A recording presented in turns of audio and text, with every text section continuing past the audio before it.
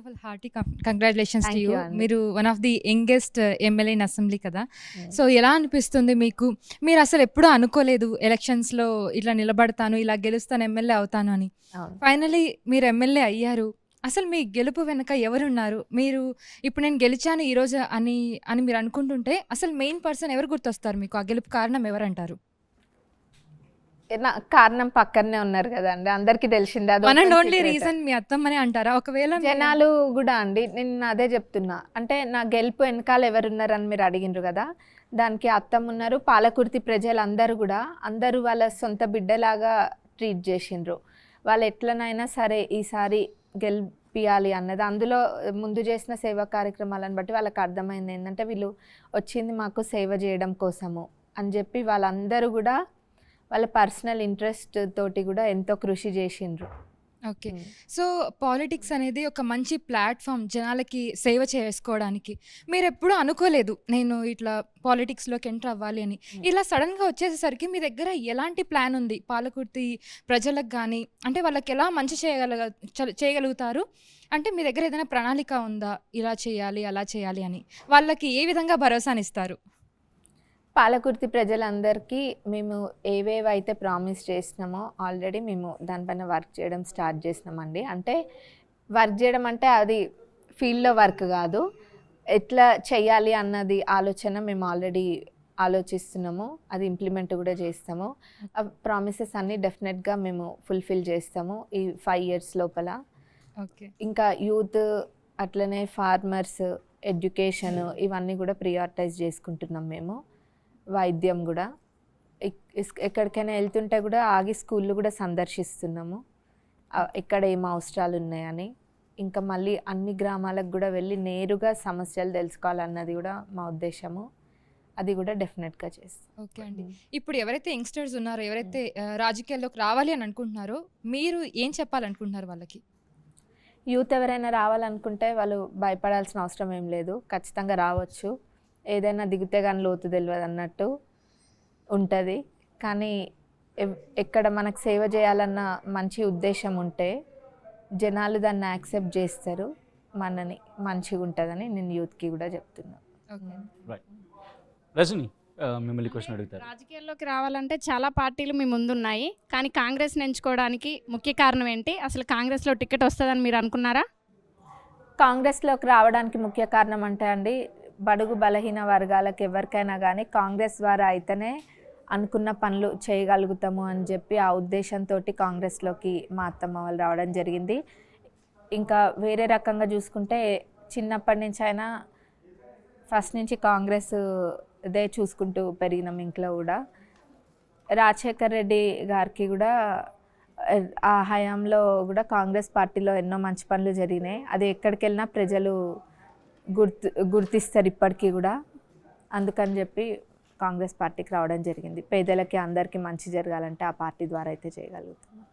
బయట ప్రపంచానికి తెలిసేలాగా కొన్ని ఇన్సిడెంట్స్లు జరిగినాయి, కానీ మీరు రాజకీయాల్లో రావడానికి మీకు ఎవరు ఇన్ఫ్లుయెన్స్ లేదు, సొంతంగా వచ్చారు. మీకు పర్సనల్గా కానీ లేకపోతే ఇంటర్నల్గా ఎటువంటి వారింగ్లు ఏమైనా వచ్చినాయా? నేనే ఆ వార్నింగ్స్ నా దాకా ఏం రాలేదండి, మా అత్తమ్మ ఎదుర్కొని ఉంటారు, అవి నా దాకా ఏం రాలేదు. వచ్చాయండి. ఝాన్సీ రెడ్డి గారు, మీకే ఈ క్వశ్చన్.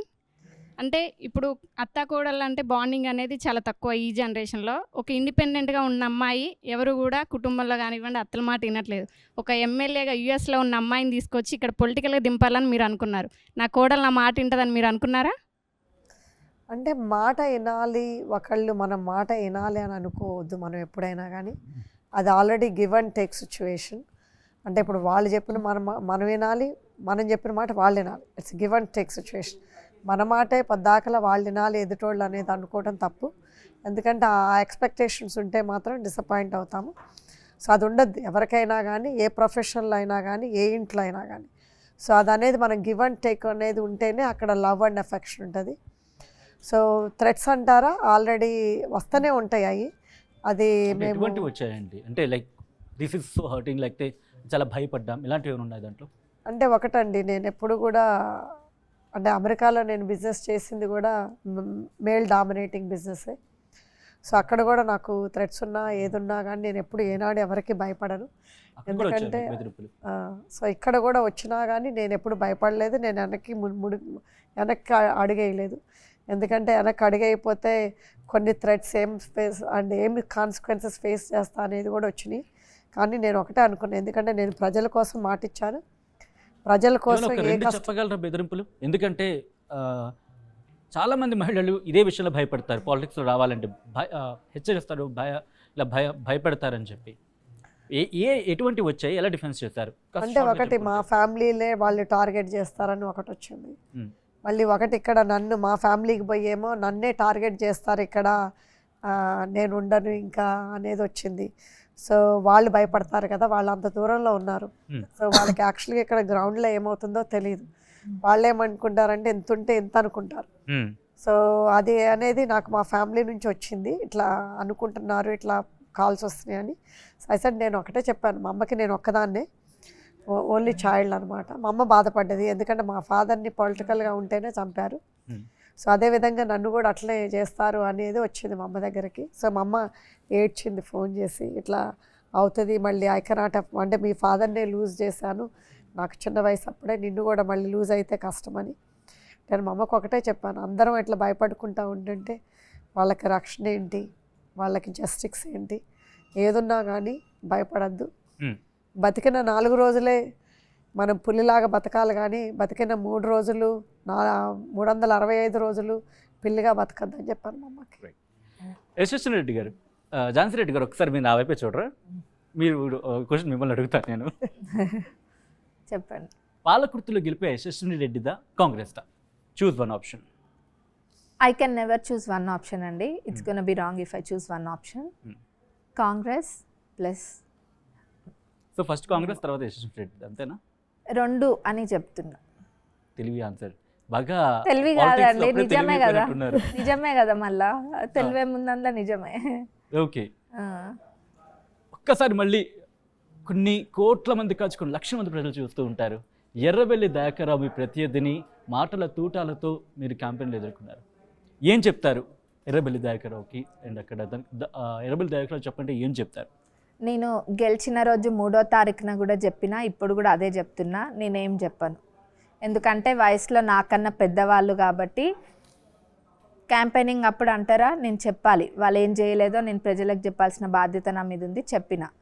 అంతేగాని ఇప్పుడు దయాకర్రావు గారికి నేనేం చెప్పదలుచుకోలేదు, అంతే, చెప్పాను.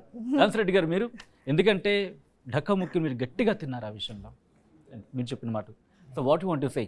అంటే నేను ఒక్కటే అండి చెప్పేది దయాకర్రావు గారికి, ఎందుకంటే ఎప్పుడైనా మనకి ఏ పొజిషన్లో ఉన్నా కానీ పొలిటికల్గా ప్రజలు అనేది ఓటర్స్ అనేది చాలా ఇంపార్టెంట్. ఆ ప్రజలను అనేది మనం ఎట్లా రిసీవింగ్ చేసుకుంటాము, ఎట్లా సాయం పడగలుగుతాము, ఎట్లా ట్రీట్ చేస్తాము అనే దాన్ని బట్టే ఉంటుంది. సో ఆ ట్రీట్మెంట్ అనేది ప్లస్ ఇంకోటి ఏంటంటే, ఇప్పుడు ఎవరు వచ్చి మనకి స్వచ్ఛంగా సేవ చేసినా కానీ వాళ్ళతోటి మనం చేయించుకోవాలే, కానీ నాలాంటి వాళ్ళని ఇంకా పుట్టిగలగకూడదు. రైట్.